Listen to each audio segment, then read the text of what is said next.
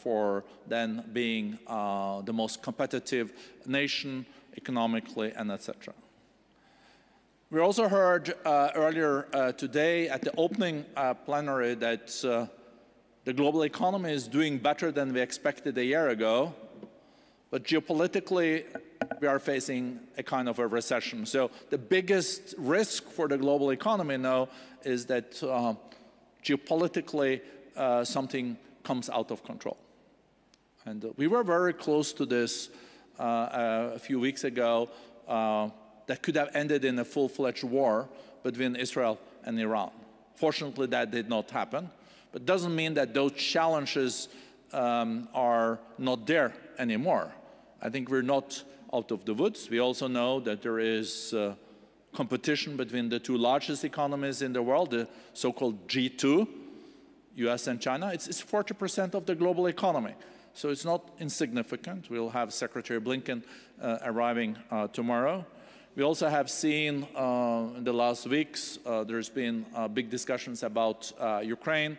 And I think EU is also looking at how they prepare themselves for a situation where EU will take more responsibility for its own security. So we have an amazing panel to discuss this. To my right, we have Josep Borrell. He is the High Rep of the European Union and a key player in this. Then we have almost doesn't need a presentation here, at least not in the kingdom. His Highness Prince Faisal Al-Saud, Minister of Foreign Affairs of Saudi Arabia. And then we have Mr. Ali Sabri, the Minister of Foreign Affairs of Sri Lanka. And then we have Qian Liu, the expert economist with the focus on China, former managing director of the Economist Group in China. So I think we are, of course, all interested in trying to see the implications medium long term on the current situation. But we also need to understand what is really going on. And in the region, I would like to start with you, Your Highness. I mentioned the Iran-Israel situation that could have escalated. We don't even know what that would have ended in. Not all nations do have an Iron Dome, to put it that way, but this also was collaboration there we haven't seen in a long time. I think we're all now very much following the latest Egyptian proposal for a ceasefire and release of hostages that is now with Hamas, and we're also told that if that is not agreed on, you can have a full escalation of the war in Gaza again, with Israel then starting to go into Raqqa. We know that the kingdom plays a pivotal role here. Israel also wants a deal with Saudi Arabia, but I guess that doesn't come for free. Maybe we could start then with the current situation in Gaza, your reflections of what did not escalate with Iran. Secretary Blinken coming tomorrow, wanting also to work on a possible comprehensive deal with GCC and especially Saudi Arabia. But I guess that deal will also have to be a real path towards peace between the Israelis and also the Palestinians. So on those few easy questions, over to you. And in 2 minutes or less. On that one, you can get 2.5. You're too generous, Morgan. Look, situation in Gaza obviously is a catastrophe by every measure. Humanitarian, but also a complete failing of the existing political system to deal with that crisis. Is that a reflection of what you mentioned, that we are in transition, or is it a reflection that the existing bodies of international governance are inadequate? That's something maybe we will go into in the panel as well. Certainly the situation as it is now is already catastrophic. and we are facing an exponential expansion of it if we see an incursion into Gaza, which is possible if we don't reach a ceasefire imminently. We hear that there's a proposal on the table. We hope that that proposal is sufficient for the ceasefire to come into place. But even if we have a ceasefire, we still have to deal with the repercussions of the conflict, not just in Gaza, but in the West Bank, beyond, in our region. We speak about impacts well beyond the current situation. So we have to work to address that. And one of the, and again, one of the frustrations that we have, and I'm sure many others have, is that the international mechanisms of security have not worked, even on something as basic as humanitarian access. The crisis is now in its 7th month, and we still are in an unending discussion of whether or not enough trucks are getting into Gaza. It's completely unreasonable and unacceptable. So the situation is dire, and there is potential for it to become even worse. That said, we in the region are not going to focus only on solving the crisis of the moment. We are going to look at how we can solve the bigger problem in the context of Gaza, that is a real commitment to a two-state solution. That is a credible, irreversible path to a Palestinian state. That's the only reasonable and credible solution that guarantees us from not having to come back to this same situation 2, 3, 4 years down the line. It's good that we hear most of our partners in the international community support that notion. Now we have to translate that into reality, and that's what we're engaged on. That's what we'll talk to Tony with. That's why Joseph is here. Our European partners are engaged.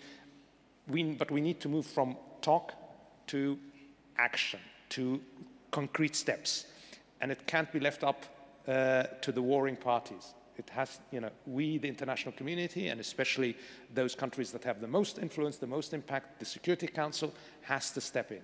So that's briefly on Gaza, but I want to touch quickly on some of the points you made, first in the regional context. Certainly in our region, when it comes to the kingdom, but many others, we are focused on not competition, not conflict, but competition, on working or rather on working on economic growth, economic development, and on being part of the transition from the old world order, as you've called it, to the new world order. And I think what's important in the broader context is that we make sure that it is competition, not conflict. And competition, if managed properly, can be a healthy thing. It can deliver benefits for all interested parties. It lowers cost, it delivers innovation and better investment. So that's where we need to focus. We need to focus on ensuring that this transition leads into competition and, where necessary to face global challenges, cooperation. And a good example is climate change, but also, of course, peace and security. We can compete and cooperate, and there are examples in our region. So that's I think, where we should focus our intention.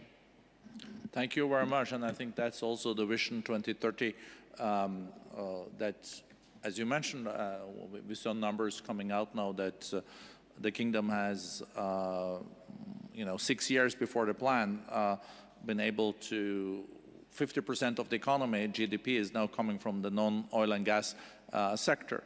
But, there is no economic development if there is war and conflicts.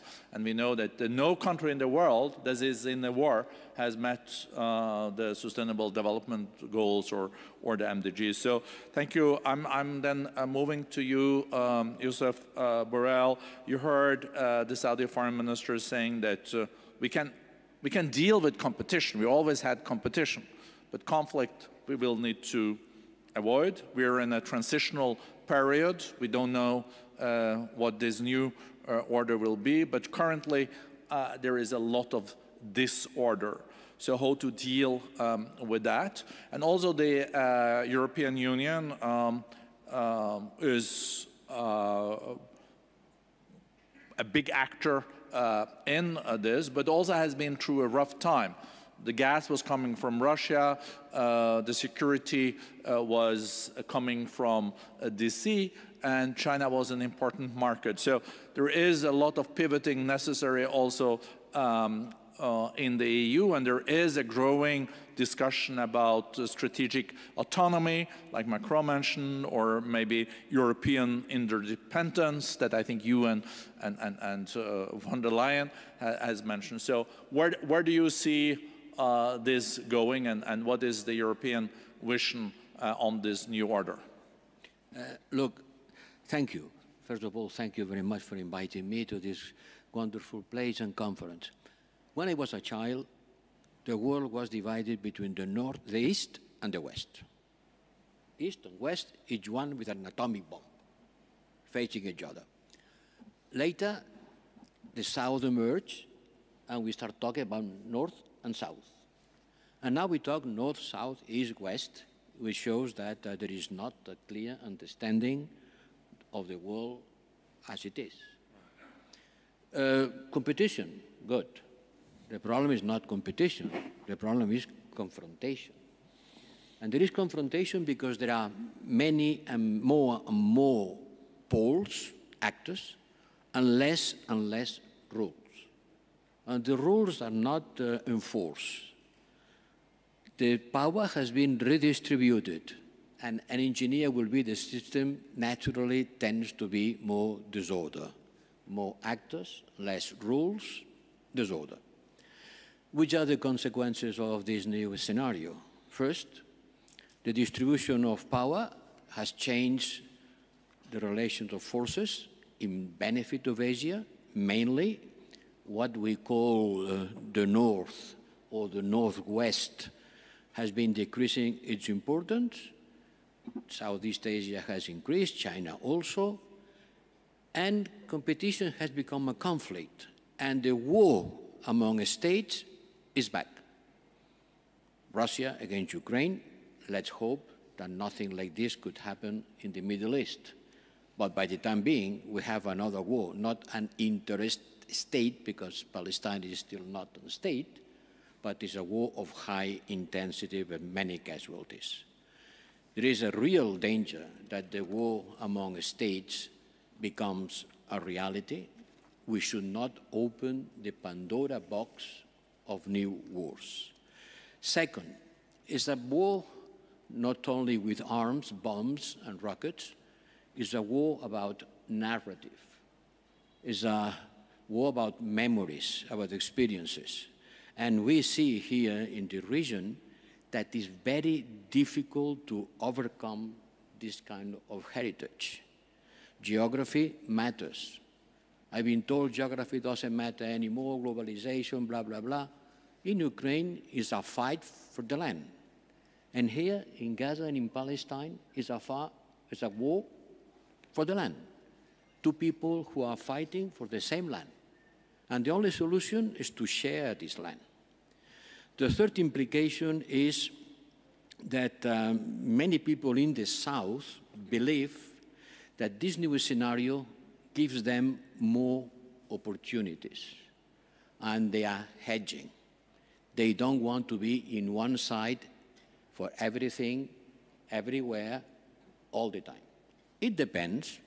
Maybe for that it will be with you. Maybe it will be against you for another reason.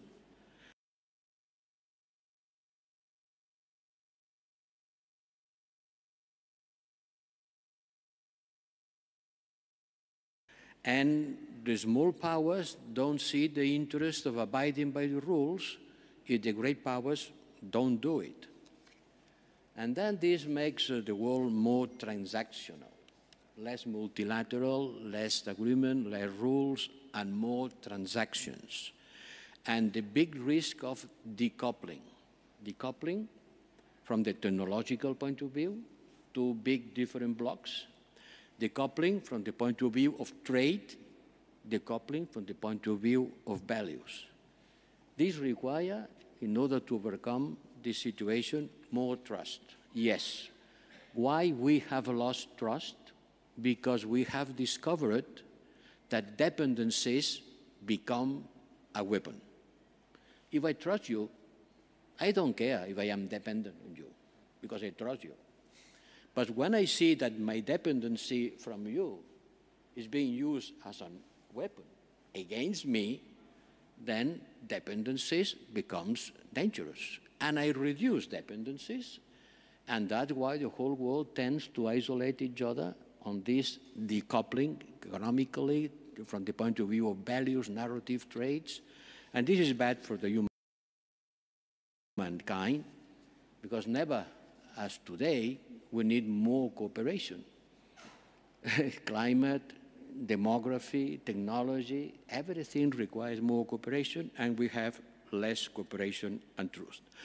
What do we have to do is to start respecting the existing rules, to change many of them which are not adequate for the world the way it is, which is not the world as it was when I was born in the 40s, but we don't have to invent the wheel.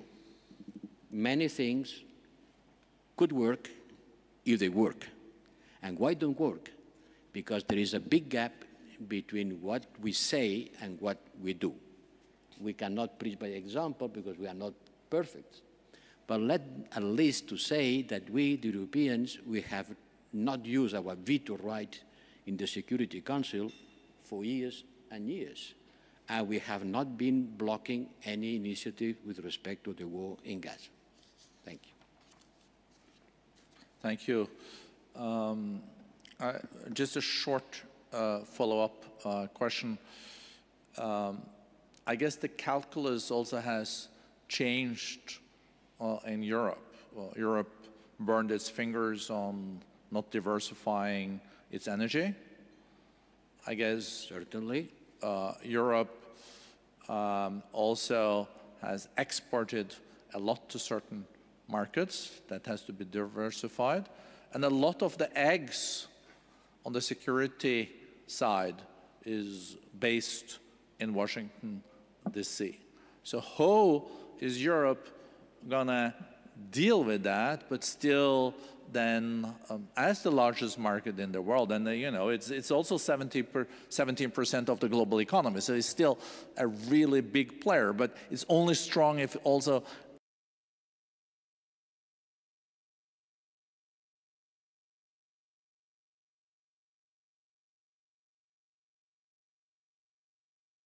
it keeps together, and there is different views, and you also have populist forces in Europe, but there's also more expectations on Europe from the global south, from the east, to also be able to play an important role in this very fragile world of competition. So I'm really curious if you think Europe will is it ready for this role, and how will it play that role? It's true that there is a caricature saying that Europeans have been basing our prosperity on the cheap gas coming from Russia, on the security umbrella coming from Washington, and the great market opportunity and investment coming from China. It's a caricature, but as every caricature has certain elements of being true. Yes, we have been building a strong dependency on Russian gas, 40% before the war. Now it's less than 10%. Yes, we have been relying a lot on the security provided by NATO, and maybe it's not going to be always like this, depending who is ruling Washington. And yes, certainly China has offered some members of the European Union a great opportunity to export technology and to be expanding trade and economy and prosperity. We have to adapt to a new world. Everybody has to do it. Certainly the world of the future will be based more on renewables than in fossil fuels, but there is still a long way to go. Certainly we have to take our part of the burden and be more responsible with respect to our own security, and this requires to put the capacity, resources, and the political will. And third, we have to understand that the world economy today is based on a lot of new champions and countries who have shown an incredible capacity of technological innovation. All that requires the Europeans to be more united, and this will be a little bit my legacy, be more united, please, because you are too small to survive in a world of giants. Take more into consideration the priorities of the other people, because many times it's not a matter of values, it's a matter of priorities, and others don't share your same priorities, and try to go hand in hand your speech and your actions. Thank you, Xian. We know that one of the big contests, and maybe the biggest of this century, is now between the two so-called superpowers, at least economically and increasingly military, the US and China. 45% of the global economy. Secretary Blinken will arrive tomorrow from his visit. He saw President Xi Jinping, also spent considerable time with then Foreign Minister Wang Yi. How do you see this relationship developing? I think President Biden has seen its extreme competition between the two nations. That's the term he used. It's still competition, not conflict, but extreme competition. Do you see a future where there will be a competition and a collaboration, or do you foresee increased escalation in the conflict between these two big powers? And of course, we know there's an upcoming election also in the US, and there is less growth in China than it used to be, but it's still growing. Thank you for the question. Let me borrow the starting line of Vice President of when I was a child.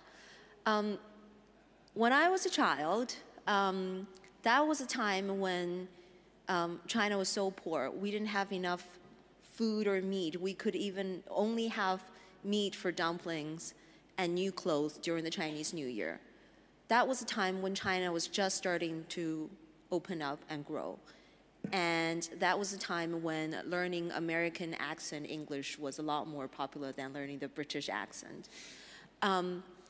People looked up to the dominant power of the US. China wanted to grow and wanted to become better. And back at school, you'd be the popular kid if you speak English, and you will be chosen to welcome a delegation of American students. But time have changed big time. 2008 was a big sort of milestone there. When the great financial crisis happened, all of a sudden China realized, wait a second, we are able to find ways to grow ourselves out of it. But look at the economies that we used to look up to, especially Europe and US.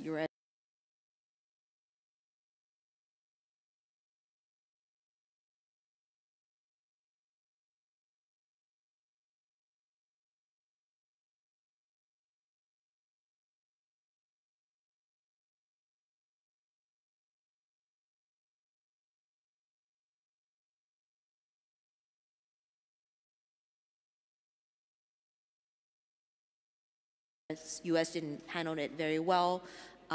Still nowadays, there are certain countries within Europe that 2008 till now is 16 years, certain European countries, their GDP and income still have not recovered to the pre-2008 levels. So that was a big time when China's perceptions and sentiments towards itself and towards the world have changed. And back to what you're asking about US and China. I'm usually an optimist, but not so on the US-China relationships. I fear that situations will get worse before it becomes better again. Even though at the moment we're seeing the bilateral conversation have resumed, especially after COVID, I fear that is very temporary. Especially, you mentioned this is an election year.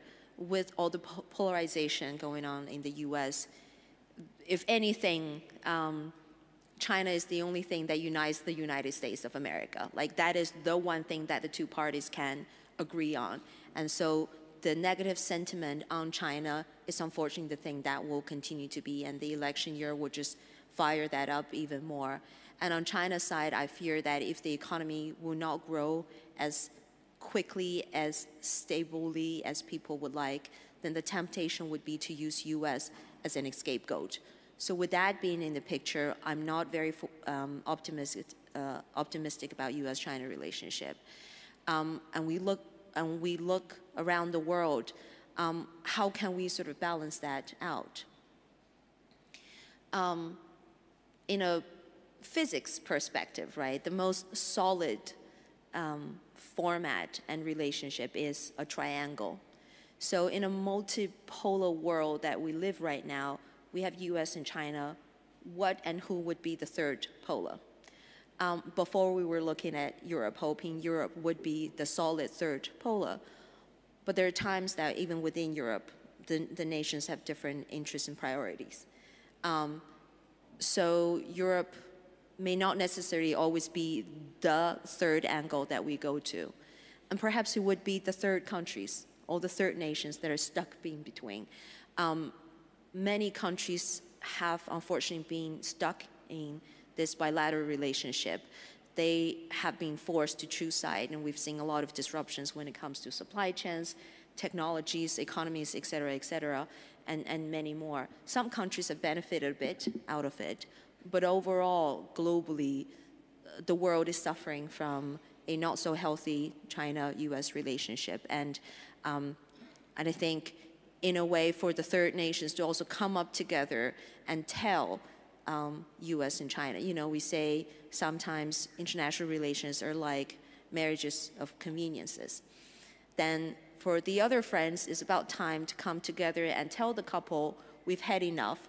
You need to come together and find solutions. Otherwise, you're not serving yourselves or the world collectively. So thank you. Thank you. Thank you very much.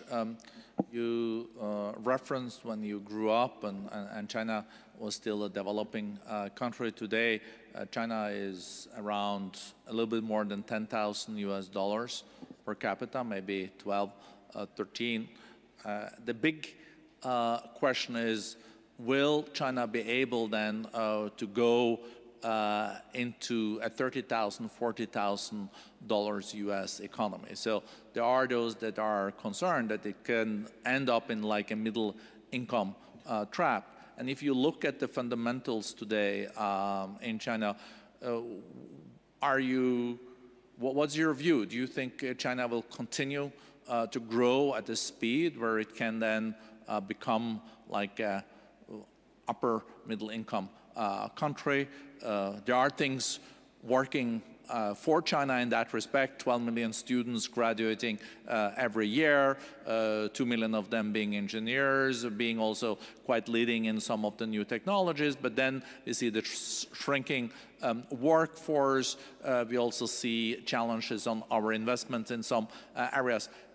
Where do you see this socialist market economy going? Because that's a challenging thing to also make sure that all these different priorities come together in a policy that leads to exceptional growth.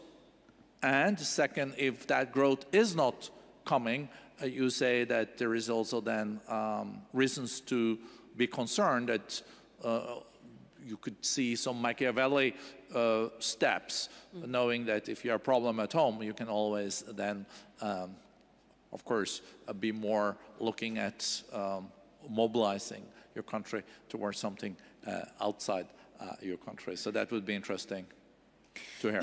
Yes, that is a very important question. So especially after COVID, people ask, where is Chinese economy? Where is it going? And the answer, in a way, depends on what your reference point is. If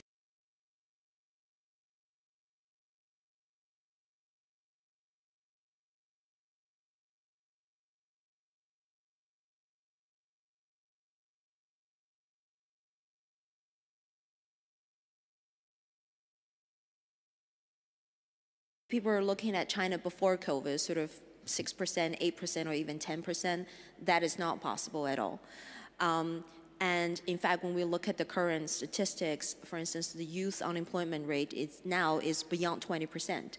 Last year, China grew by 5.2%, much slower compared to before. And when you go to sort of big shopping malls, luxury goods shops, before you have to wait in line, and now there's places that feels very empty. So it's very, very different from before COVID. But then there's the other argument saying that Chinese economy is collapsing, and I would completely disagree with that. Even with 5.2% growth of China, you mentioned China's average income. So just to put things into perspective, China's GDP is about $18 trillion a year. That is the second largest economy in the world, and larger than number 3, 4, 5, 6 combined. That is Germany, Japan, India, and the UK. And with just 5% of China's growth, every year China grows an additional, we're in Saudi right now, every year China grows an additional Saudi economy.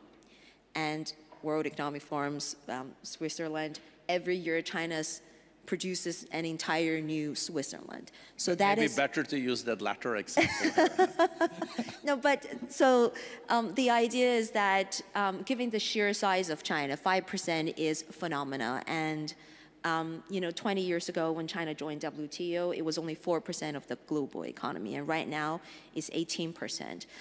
So there are a lot of problems in the Chinese economy, but there is still quite some engines sort of going on.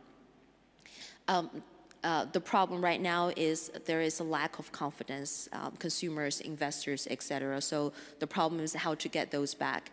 But unless there goes with a hard landing scenarios, otherwise China is on its way to overtake US as the largest economy in about 15 years' time or so. And I think it's a critical time for us to review China's rise. As you said, I do believe that the rise of China will be one of the key defining themes of this century. And China is finding its way and is learning how to deal with the rise of its power, how to use that power, and how to integrate with the rest of the world. And China does make mistakes, a lot of mistakes. Well, all countries do, but China's mistakes will be a lot more noticeable and consequential. At the same time, I think it's also very important for other countries to review the rise of China and accept that China is rising, and learn to give room, if not to welcome the rise of China. And I think that in the longer term would give the entire world and humanity a more balanced power structure. And China will do things differently. May not always be the way that the current existing world order likes, but it will be different, and the rise of China is here to stay. Thank you. Thank you for that very thoughtful answer. Foreign Minister of Sri Lanka, we are saying that in South Asia and also in Asia, we have several examples where another very fast growing economy, the fastest growing of the large economies in the world now, by the way, India with 8%. We're seeing more and more India and China meeting each other. We're seeing it in Bangladesh, we see it in Nepal, we see it in Myanmar, but definitely also in the Maldives and in Sri Lanka. And as Sri Lanka has been in the middle of this, we had huge investments, FDIs from China, but you've been through a very tough economic period with a lot of structural changes. So maybe 2 words, because I think we need to know if you're getting out of the woods, or I guess there is like a light in the tunnel now on the economy side, but then how do Sri Lanka as an island but an important country in this region maneuver between India and China? That will be interesting. I'm not so sure.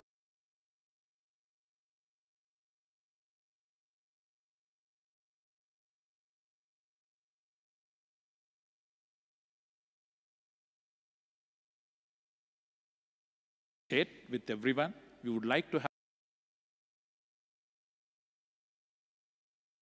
have multiple choices. I know sometimes it's very difficult. Probably we are being coerced or at least attempts are made for us to take choices which are not very voluntarily. I think no global South country would appreciate that. We would always like to take those choices which is available to us with everyone, you know, with the global South and the global North. So if you ask me about the global South perspective, there is a lack of confidence between two global North and the North. Yes, there is. That comes with a lot of reasons. There is very little walk in the talk. You know, we always see a lot of lectures as to how you should govern your country, democratic values, human rights, green energy, climate change, but very little in terms of delivering on it. You know, countries in the global South need the support of the global North on having access to low-cost funding, debt relief, transition of latest technology, the digital divide. So I think this is time for the global North to walk the talk and collaborate with it. I do agree during the last, as you told at the beginning of your introduction, since the end of the Cold War, the world has seen a relative calm and peace. Peace and stability is very, very important. As a result of which, as you pointed out in the morning, the economies or the GDPs have grown 8 times despite the challenges. The foremost of that and the precondition was peace and stability. So as we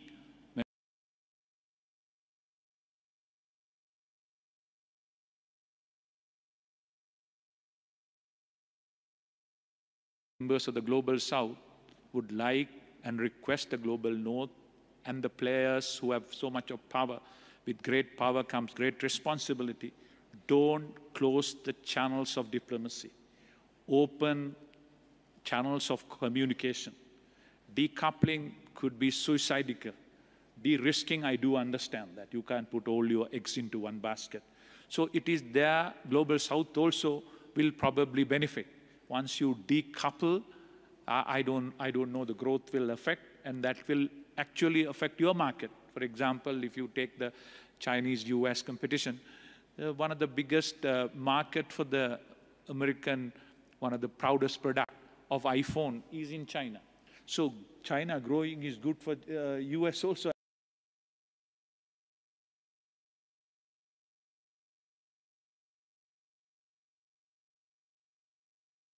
And some of their product. So therefore, what we would urge as Global South, that people who matters and the powers who matters, sit and talk about it.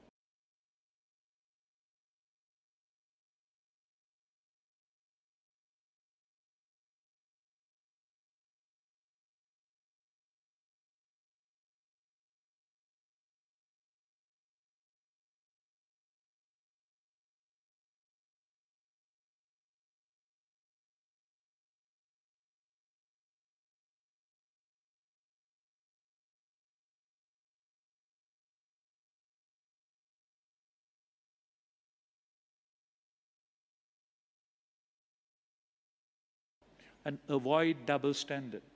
And we always take up this position, and I always advocated the two-state solution to the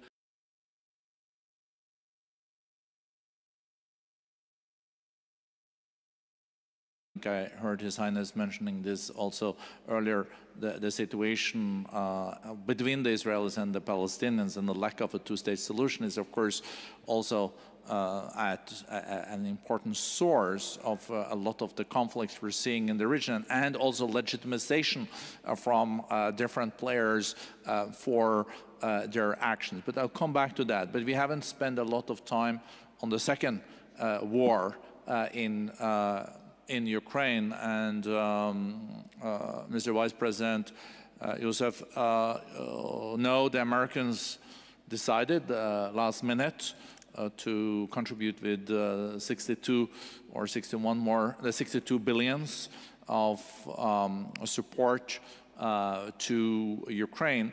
But we also know that every war needs to come to an end. But what kind of end can we see of this Ukraine war without compromising on territorial integrity, and at the same time sending a signal to Mr. Putin that this cannot go on, but at the same time there also will need to be solutions. Do you see any solutions, or is it too early to talk about them? They need to continue.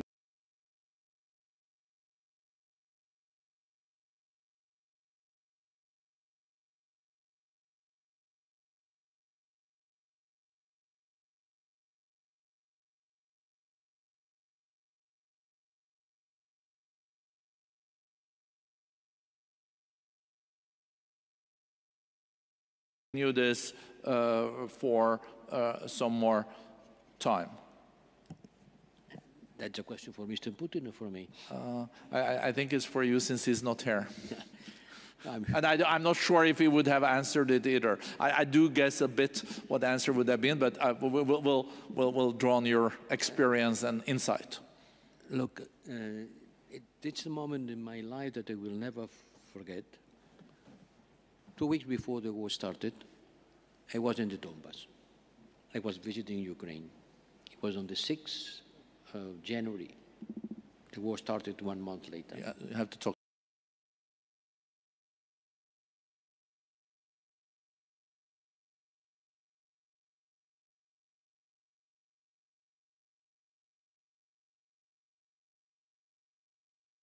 A little bit louder. I was in Donbass. And the drums of war were already there. You could see through the window. And I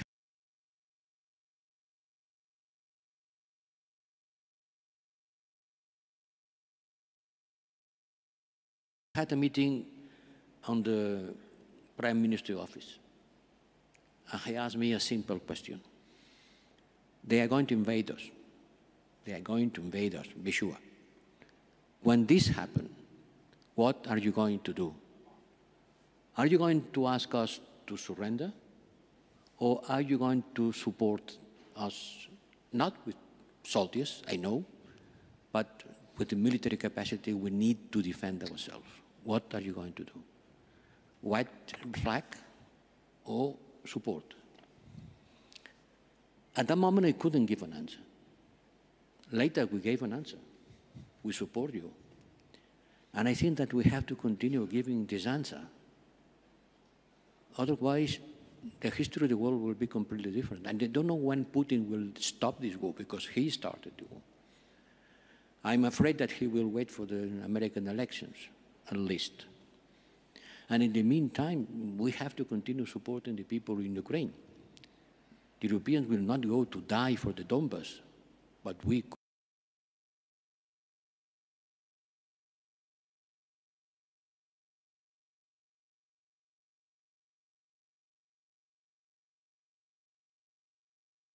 no understanding really between Hamas and the Israeli government. The international community spent billions of US dollars to then just rebuild. The devastations were not at that level as today, but it was still a lot of investments needed to rebuild the electricity system, water sanitation, a lot of buildings. But today there is a total disaster. It is a war zone. And what will happen with the 2.5 million people there if there is no appetite also from the donors to start to rebuild this without the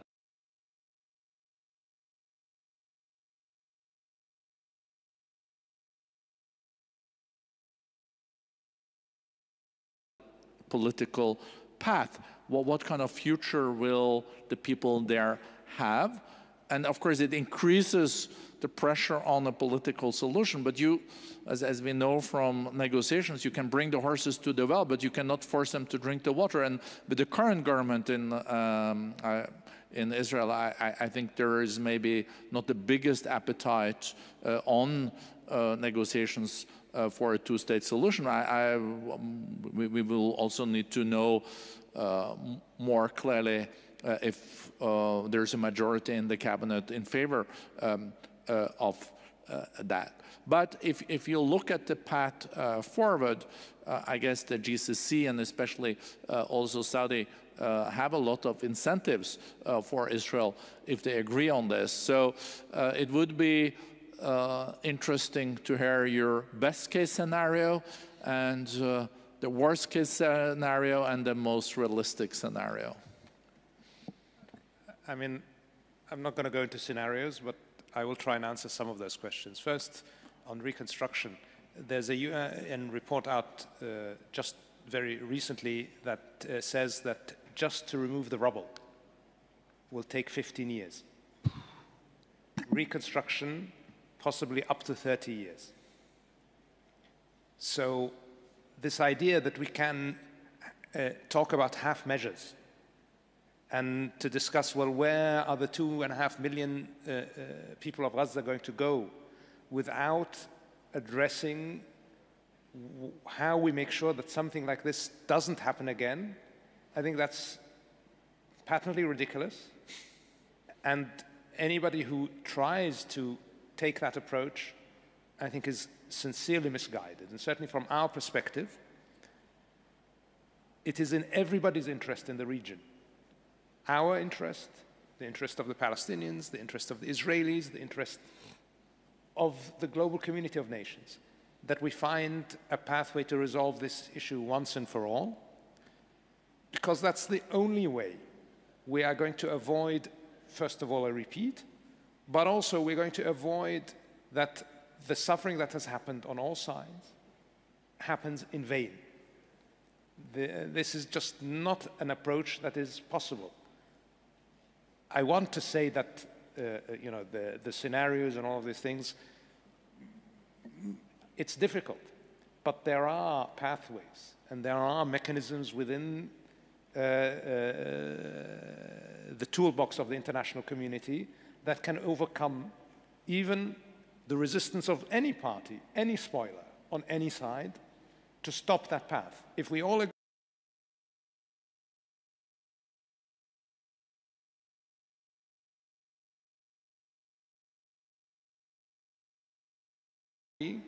that the Palestinian state and giving the Palestinians their right is the solution that gives everybody what they need: security, stability,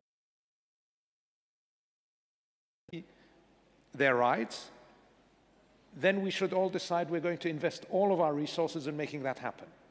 And if that if we make that decision, the pathway will unfold before us, even if there are those that will try to stop it. There are levers clear and there are levers hidden that can push us in that direction. So I want to be hopeful, and I will try to be hopeful, and I know that we as the Kingdom of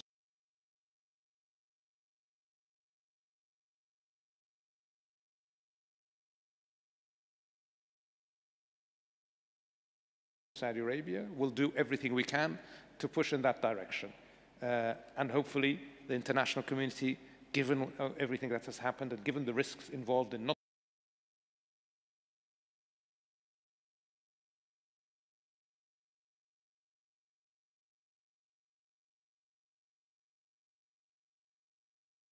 doing the right thing, will come along, and we're working with our partners, the Europeans among them, many others, to try and translate that intent into a reality. Thank you. Thank you very much. I think the panel deserves big applause. I really enjoyed every second, even if it was quite dealing with quite a grim reality. But that's the work.